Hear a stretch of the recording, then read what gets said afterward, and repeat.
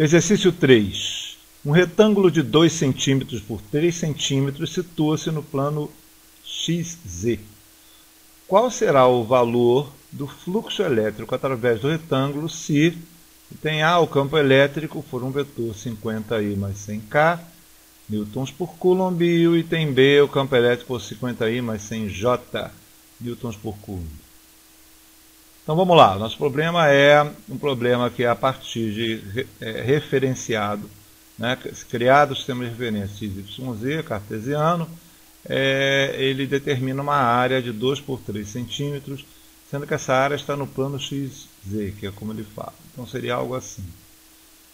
Bem, ele quer saber o fluxo do campo elétrico, por exemplo, para o campo elétrico tem A. O campo elétrico tem A, ele se encontra no plano XZ, certo? Já que ele só tem componentes na direção Z e na direção X.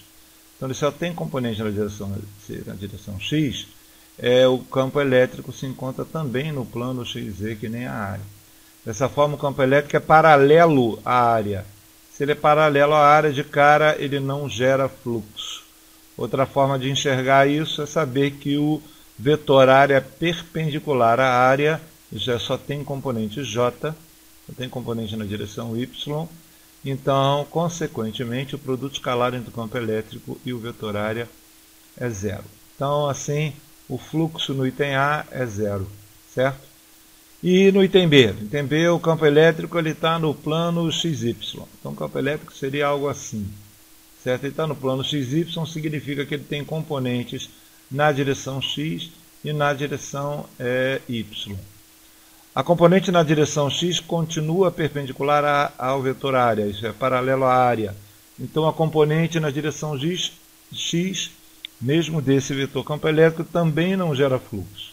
A única que vai gerar fluxo, nesse caso, é a componente na direção Y. É esse cara aqui que vai gerar fluxo.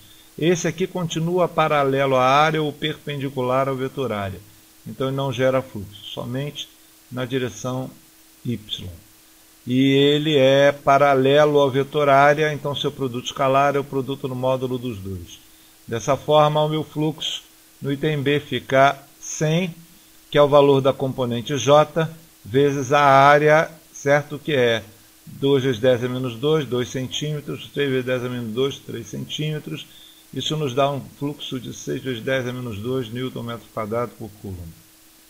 Certo? Esse é o fluxo do campo elétrico do item B. É isso.